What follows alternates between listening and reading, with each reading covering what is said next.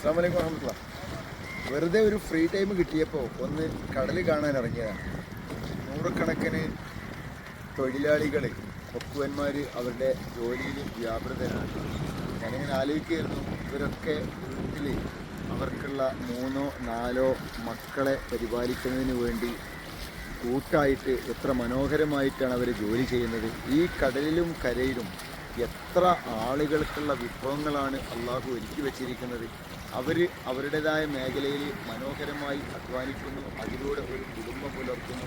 എത്ര സുന്ദരമായിട്ടാണ് ഇവരൊക്കെ അവരുടെ ജീവിതവുമായി മുന്നോട്ട് പോകുന്നത്. അവിടെ ഈ ആളുകൾ അനുഭവിക്കുന്ന ഒരു സംതൃപ്തി, ഒരു സമാധാനം, ഒരു ആശ്വാസം, അതെത്ര മനോഹരമാണ്. നമ്മുടെ മക്കൾക്കൊക്കെ ഇത് ഈ രീതിയിൽ മനസ്സിലാക്കാൻ സാധിക്കുന്നുണ്ടോ? മക്കൾ ഈ രീതി അവരുടെ രക്ഷിതാക്കളെ ഉൾക്കൊള്ളുന്നുണ്ടോ എന്നുള്ളത് പലപ്പോഴും ആലോചിക്കാറുണ്ട്.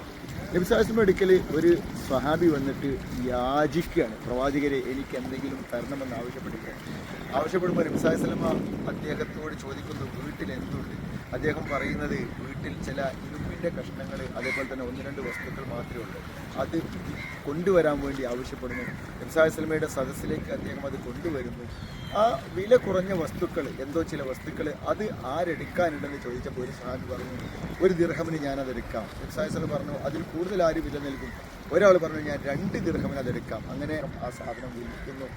2 ദിർഹമിൽ നിന്ന് 1 ദിർഹമിന് എന്തെങ്കിലും വിഭവങ്ങൾ വാങ്ങിയിട്ട് വീട്ടുകാർക്ക് കൊടുക്കാൻ വേണ്ടി പറയുന്നു. രണ്ടാമത്തെ 1 ദിർഹം കൊണ്ടുപോയി ഒരു മഴു വാങ്ങാൻ വേണ്ടി അദ്ദേഹത്തിന് ആവശ്യപ്പെടുക. ആ മഴു വാങ്ങിയിട്ട് അതിനൊരു താഴെ ഒരു പിടി ഇട്ട് കൊടുത്തതിന് ശേഷം നബി അദ്ദേഹത്തോട് പറയാണ്, ഇതുമായി ഇന്ന് മുതൽ ജോലിക്ക് പോകണം. എന്നിട്ട് മരം വെട്ടിയിട്ടോ വിറകുണ്ടാക്കിയിട്ടോ ആളുകൾക്ക് വിറ്റ് അധ്വാനിച്ച് അതിൽ നിന്ന് കിട്ടുന്ന പണവുമായി കുറച്ച് ദിവസം കഴിഞ്ഞിട്ട് വരണം എന്നാവശ്യപ്പെടുകയും ആ വ്യക്തി പോവുകയും ചെയ്തു.